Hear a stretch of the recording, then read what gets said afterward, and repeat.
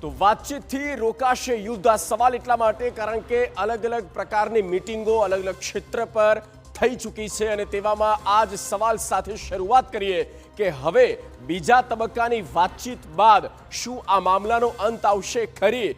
કારણ કે પરમાણુ સમજૂતી મુદ્દે હજી વાતચીત ચાલી રહી છે। અમેરિકા કે સ્પષ્ટ કહે છે કે ઈરાન પરમાણુ જે બોમ્બ બનાવી રહ્યા છે તેની પર રોક લગાવે, તમામ સામાન જે છે તે જપ્ત કરી લેવામાં આવે, એટલે કે તેને પણ સરેન્ડર કરી દેવામાં આવે। ઈરાન છે તે માનવા તૈયાર નથી। થોડાક સમય પહેલા ખામેની દ્વારા પણ કહેવામાં આવ્યું કે અમેરિકાની ધમકી આગળ નહીં ઝૂકીએ અને અમેરિકા ઈરાને તોડવાનું સપનું ભૂલી જાય। સબમરીન જે ગોઠવી છે તેને પણ અમે ડૂબાડી દઈશું। એટલે કે બંને તરફથી અત્યારે એક બાદ એક ગીદડ ધમકીઓ મળી રહી છે, પણ બીજી તરફ બંને વચ્ચે વાતચીત પણ બીજા તબક્કાની થઈ રહી છે। જો આ વાતચીતમાં કોઈ પરિણામ નહીં આવે તો તણાવ વધી શકે।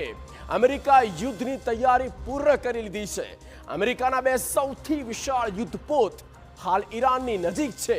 જો કે માનવામાં આવે છે કે ઈરાન પરમાણુ સમજૂતી માટે તૈયાર થઈ જશે। ત્યારે જુઓ આ વાતચીતથી દુનિયા શું લગાવી રહી છે આશ।